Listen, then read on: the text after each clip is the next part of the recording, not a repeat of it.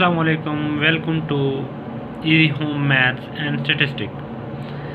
आज हम देखेंगे क्लास टेंथ की मैथ्स में यूनिट नंबर 6 बेसिक स्टैटिस्टिक के बेसिक कंसेप्ट।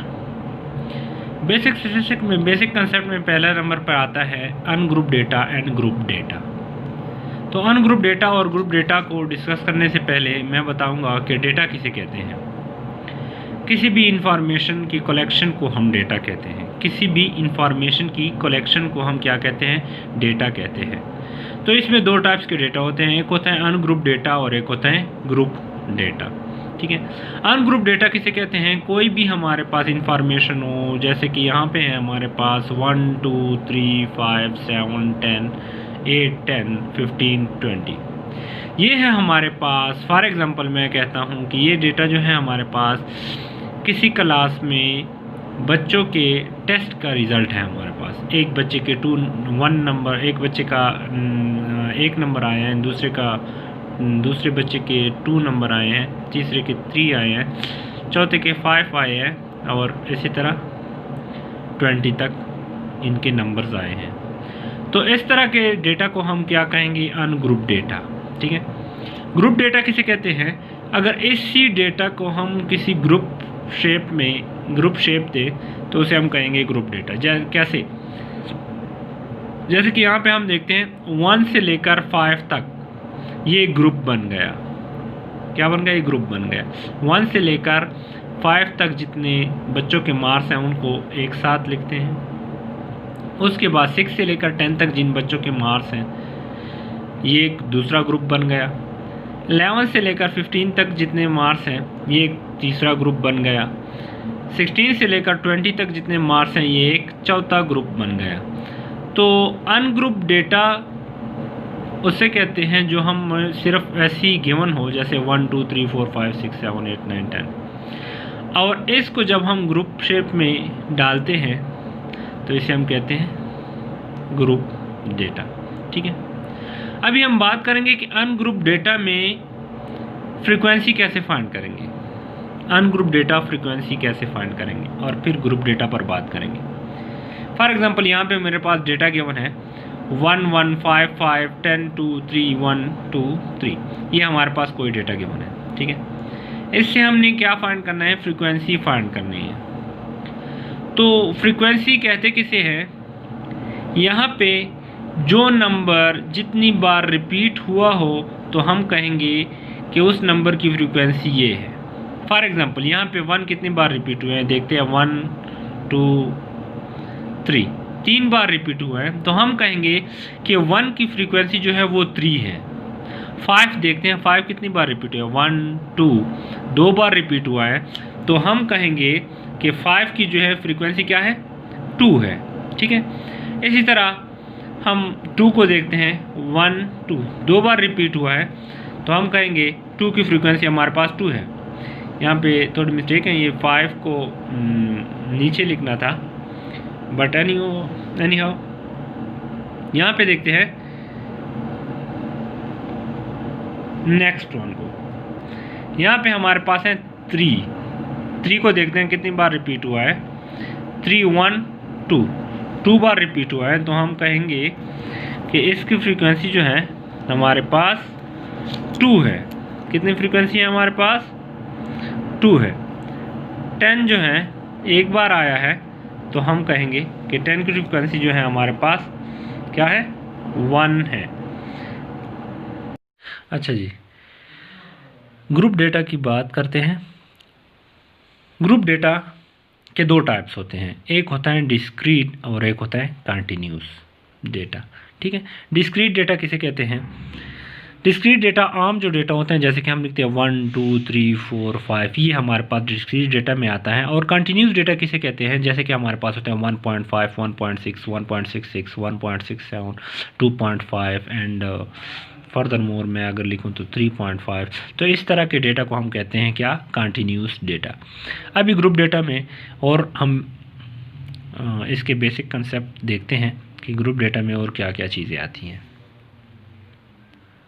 ग्रुप डेटा में हमारे पास आता है अपर लिमिट, लोअर लिमिट, ठीक है। और ग्रुप डेटा से हम फाइंड करते हैं क्लास बाउंड्रीज, मिड पॉइंट, ये सारा कुछ हमारे पास जो होता है ग्रुप डेटा में हम फाइंड करते हैं। आइए देखते हैं कि कैसे फाइंड करते हैं हम मिड पॉइंट, क्लास बाउंड्रीज, और हम पढ़ेंगे कि अपर लिमिट किसे कहते हैं और लोअर लिमिट किसे कहते हैं।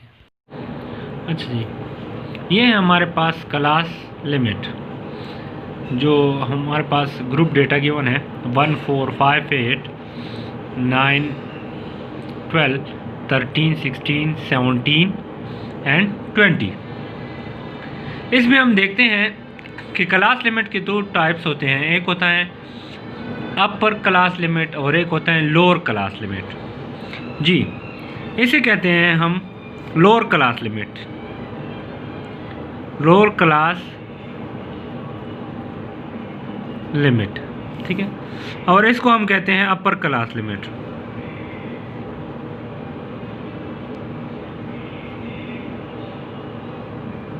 इस तरह ये सारे जो हैं ये हमारे पास अपर क्लास लिमिट में आ जाते हैं, और ये जो है ये हमारे पास लोअर क्लास लिमिट में आ जाते हैं। अभी हमने यहाँ से मिड पॉइंट फाइंड करना है। मिड पॉइंट कैसे फाइंड करेंगे कि upper limit, upper class limit को प्लस करेंगे लोअर क्लास लिमिट के साथ और 2 पर डिवाइड कर देंगे। जैसे कि हमारे पास यहाँ पे है लोअर क्लास लिमिट, फर्स्ट जो है वो हमारे पास है 1 और सेकंड जो है वो हमारे पास 4 है, तो इसको प्लस करेंगे और 2 पर डिवाइड कर देंगे, तो ये हमारे पास क्या होगा, मिड पॉइंट होगा इसका।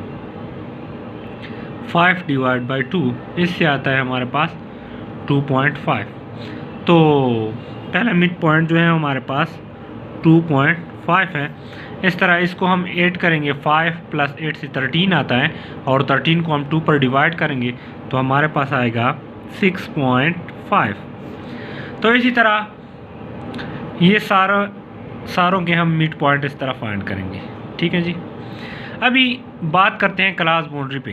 क्लास बाउंड्री को हम कैसे फाइंड कर सकते हैं जी।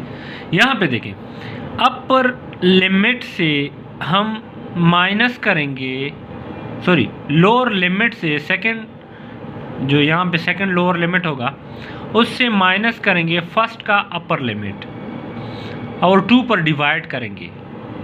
जो रिज़ल्ट आएगा उसको हम लोअर लिमिट से सब्ट्रैक्ट करेंगे और अपर लिमिट से उसे ऐड करेंगे, तो ये हमारे पास क्लास बाउंड्री बनेगी। कैसे, जैसे हम देखते हैं यहाँ पे हमारे पास सेकंड का lower limit minus first upper limit, second lower limit क्या है, 5 है हमारे पास, और फर्स्ट में अपर लिमिट 4 है हमारे पास, डिवाइड बाय 2। तो इसको जब हम डिवाइड करेंगे तो ये 1 डिवाइड बाई 2 और इससे आते हैं 0.5। तो हमारे पास 0.5 आंसर आ गया यहाँ से। तो इस 0.5 के साथ क्या करेंगे, इस 0.5 को मैं ऐड करूँगा लोअर क्लास लिमिट के साथ, सॉरी सब्ट्रैक्ट करूँगा लोअर क्लास लिमिट से और ऐड करूँगा अपर क्लास लिमिट के साथ, ठीक है। जैसे कि यहाँ पे हमारे पास आ जाएगा, अगर मैं इसे सब्ट्रैक्ट करूँ 1 से तो हमारे पास आ जाएगा 0.5 और अपर के साथ ऐड करूँगा तो हमारे साथ आ जाएगा 4.5। इस तरह यहाँ से 5 से मैं 0.5 को माइनस करूँगा तो हमारे पास आ जाएगा 4.5 और यहाँ पे आ जाएगा हमारे पास, इसके साथ अगर मैं ऐड करूँ 0.5 तो हमारे पास आ जाएगा 8.5, ठीक है। इस तरह इससे माइनस करूँगा तो हमारे पास आ जाएगा 8.5 और ये हमारे पास आ जाएगा, सॉरी इससे जब हम सब्ट्रैक्ट करेंगे 0.59 से तो हमारे पास आ जाएगा 8.5 और इसके साथ हम ऐड करेंगे तो हमारे पास आ जाएगा 12.5। तो इसी तरह हम लिखेंगे 12.5, 16.5, 16.5, 20.5। अच्छा, यहाँ पर एक क्लास बाउंड्री में एक सिमिलरिटी होती है, देखें ये जो है ये नंबर हमेशा सेम आते हैं, देखो ये और ये दोनों सेम है, ये दोनों सेम है, ये दोनों सेम है, ठीक है। तो इस तरह हम क्लास बाउंड्री फाइंड करेंगे।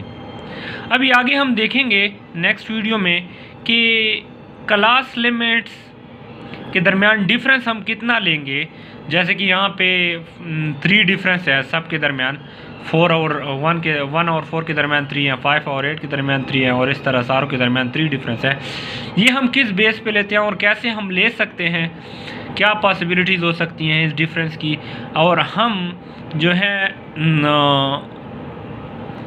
और क्लास लिमिट कितने बनाएंगे, क्लास मतलब ग्रुप्स कितने बनाएंगे। जैसे कि यहाँ पे 1 2 3 4 5 ग्रुप्स है, हम ग्रुप्स कैसे बनाएंगे और कितने बनाएंगे और स्टार्ट कहाँ से लेंगे।